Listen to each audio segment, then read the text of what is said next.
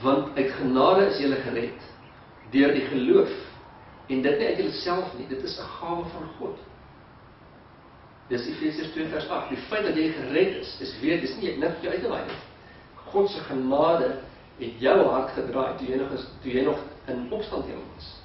Het hy jou hart sag gemaak, hy het jou getrek deur sy gees, hy het jou oorrompel deur sy goedheid en liefde, en iewers het jy ook opgevraag waarheid en het aanvaar.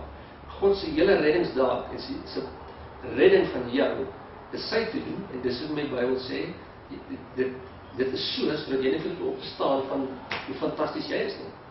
Dis alles God. Johannes 10 vers 10 tot 15. Die dief het net gekom om te steel en te slag en te verwoes. Ek het gekom dat julle lewe en oorvloed kan hê. Ek is die goeie herder. Die goeie herder lê sy lewe af vir die skape. Maar die huurling en hy wat nie herder is nie, van wie die skape nie die eiendom is nie, sien die wolf kom en laat die skape staan en vlug. En die wolf vang hulle en jaag die skape uitmekaar. En die huurling vlug omdat hy 'n huurling is en niks vir die skape omgee nie. Ek is die goeie herder. En ek ken my eie en word deur my eie geken. Net soos die Vader my ken, ken ek ook die Vader, en ek lê my lewe af vir die skape.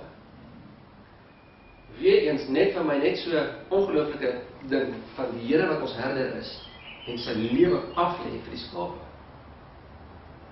Dit is omtrent van ons perspektief onmoontlik om te dink, net soos dat ek het nie gekom dat jy my dien, ek het gekom jou te dien. En hier's nou die met die probleem wat jy moet dink, hoe lê 'n herder se lewe af vir die skape? Wat doen hy? Hy doen alles vir die skape, dis wat hy doen. In die Bybel is die prentjie van, hy loop vooruit, en ons ken sy stem en ons volg hom, maar die herder doen op 'n ander plek, sê die Bybel, as een van sy pad byster raak, dan los hy hierdie hierop, en hy gaan soek jou, en hy bring jou terug. As daar aanvalle kom teen jou, dan beskerm hy jou. Die herder doen alles vir die skape. Die skaap is bloot 'n skaap. Al wat die skaap doen is, hy luister na die herder se stem, en hy volg hom. Dis die skaap se job. Die res is alles die herder.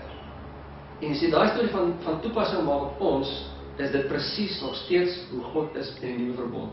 Hy het gesê, die nuwe verbond is, ook in Hebreërs 8, ek bring vir julle 'n nuwe verbond, en in hierdie nuwe verbond sal ek nooit weer aan sonde dink nie. Ons deel van ons aandeel in hierdie verbond is net, wees in my. En Johannes praat ook verder daarvan, soortgelyk in die skape, van julle is 'n loot op 'n wynstok. En die manier hoe jy vrugte dra is, jy bly in die wynstok. Jy produce nie die vruggies nie, jy trek die sap uit die wynstok uit. En as jy nie in die wynstok is nie, is daar niks. En 'n loot op sy eie kan te kere gaan soos hy lus is, hy gaan nie kan vrug dra nie. En die goeie nuus is, jy hoef nie te probeer nie. Al wat jy moet doen is 'n loot, is dan sit aan die wynstok en sê, dankie Here, dat ek hierdie loot kan wees wat ingeplant het. Die Bybel sê op 'n ander plek, ons was wilde olywe wat ingeplant is in die olyfboom. En dis sy genade.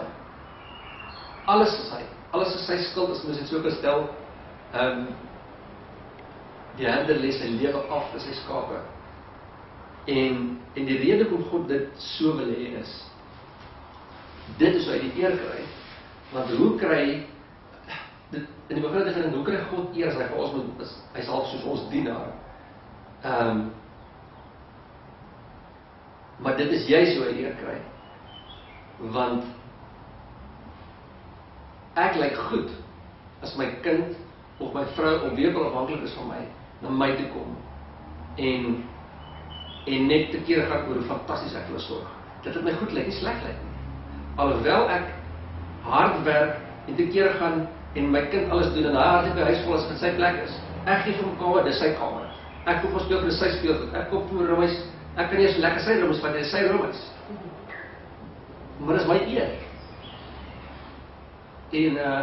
En dit is hoe God eer ons vang in hierdie hele storie. As jy vir hom sê, of as dat jy toe kom, ek het vir jou 'n geskenk, dis 'n nuwe verbond. Ek gaan nooit in jou sonde dink nie. Jy het niks te doen om my te impress nie.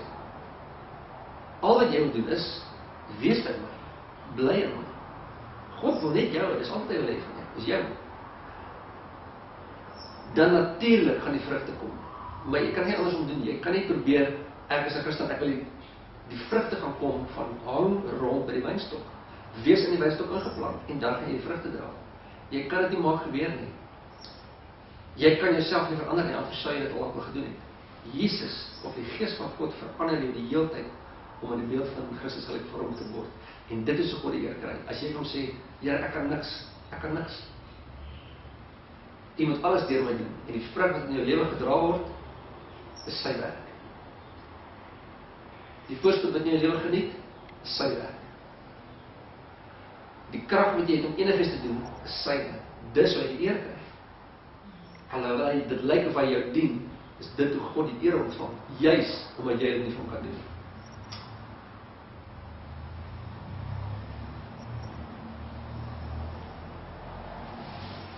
Julle, dit is my groot storie geweest, toe ek hierdie ding eers van begin snap het, en dis obviously fantastiese goeie nuus. Dis hoekom die evangelie is, en dis hoekom die blye boodskap genoem word. So God het sy nuwe verbond aan ons kom bevestig deur sy bloed. Die genadeverbond het aan bevestig deur sy bloed. En al wat ons hoef te doen, is om in hom te bly. En hy gaan die res deur ons doen. So ek hoop dis vir jou net so goed as wat dit vir my is. En ek hoop dat hierdie sal vir jou 'n fondasie wees waarop jy die res van jou lewe kan bou. Dat jy hoef niks te doen God en kruis nie. Frankly, moet jy nie eens probeer nie, want God kry meer eer as jy net alles vir hom gee en dankie sê vir alles wat hy in jou lewe doen. Liedjies sê. Dit daar.